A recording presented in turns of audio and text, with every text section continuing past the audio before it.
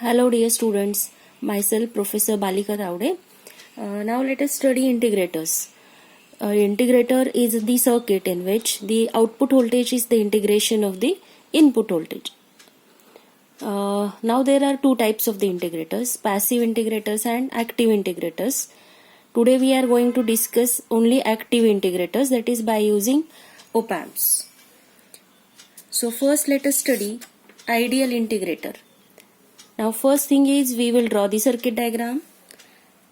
So you already know the inverting amplifier. So how you are drawing the inverting amplifier?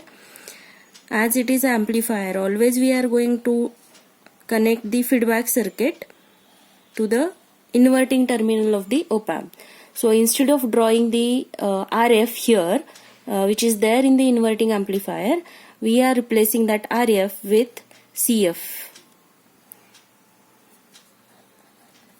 This is R1 and non-inverting terminal should be connected to ground, and input voltage we are going to connect to the inverting terminal. Let us call it as Vin. Now we are considering this is an ideal op amp.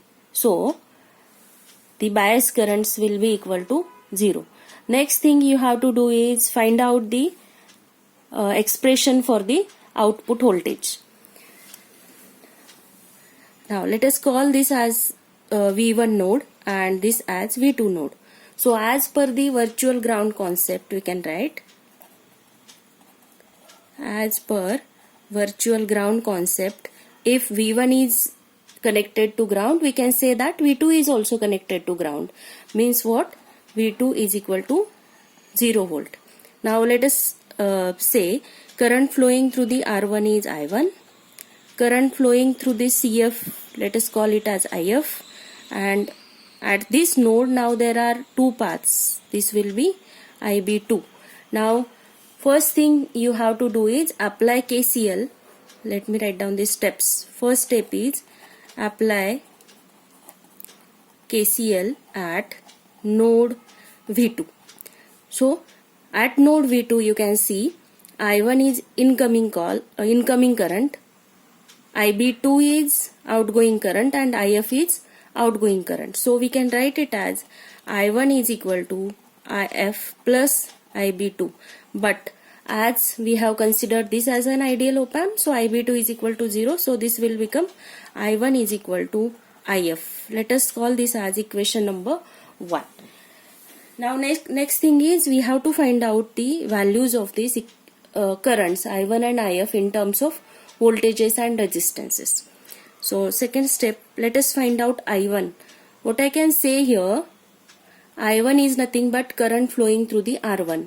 Now you can see voltage at this point is V1 and voltage at this point is V2.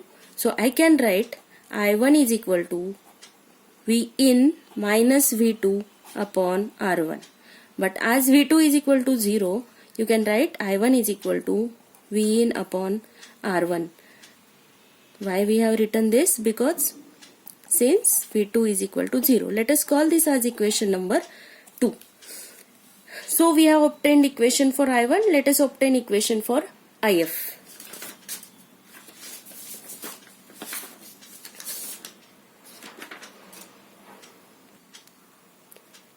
So for getting equation for IF is nothing but current flowing through the capacitor.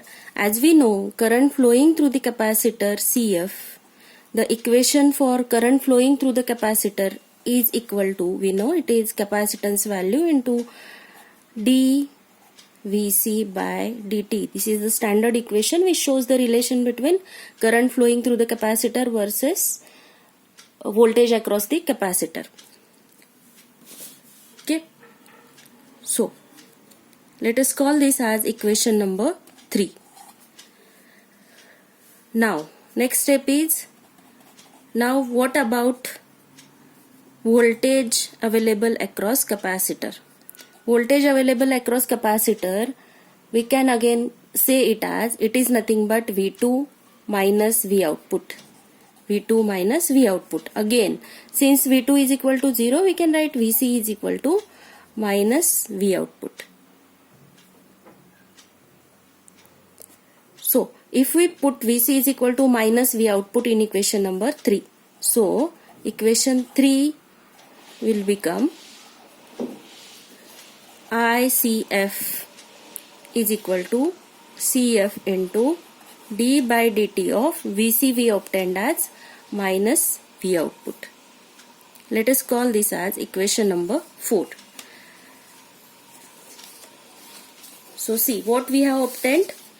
We have obtained equation for I1 and now for equation for IC. So let us put these two values in equation number 1. Substitute equation numbers 2 and 4 in equation number 1. So equation number 1 I will repeat once again. It is I1 is equal to IF. IF is nothing but ICF. So what is I1? V in upon R1 and ICF is here in front of you. So I1 is V in upon R1 is equal to IF or ICF is nothing but CF into d by dt of minus V output. Let me first write down this equation by interchanging left and right hand side. That is CF into d by dt of minus V output is equal to V in upon R1. Now let us integrate both the sides. Integrating both sides of above equation with respect to t. So what it will become? Integration of CF d by dt of minus V output with respect to dt, which is equal to V in upon R1. Its integration is from 0 to t.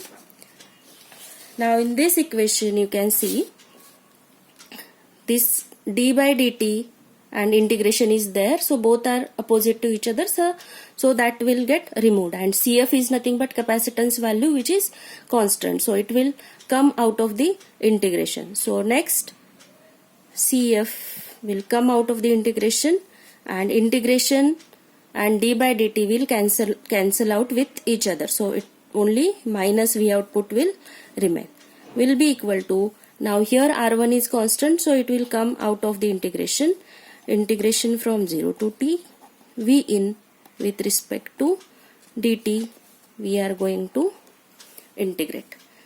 Means I can write CF is the constant, I will transfer it on the right hand side, so it will become minus 1 upon R1 into CF integration of V in into dt. So this is the final expression for our integrator circuit, and as we are getting output voltage is integration of the input voltage, whatever the circuit we have seen, that is called as an integrator circuit, and this is the ideal integrator circuit expression. Now there are some limitations in this ideal integrator circuit, so we will be studying what are those limitations and how to overcome those limitations by using practical integrator circuit in next video. Till then, thank you.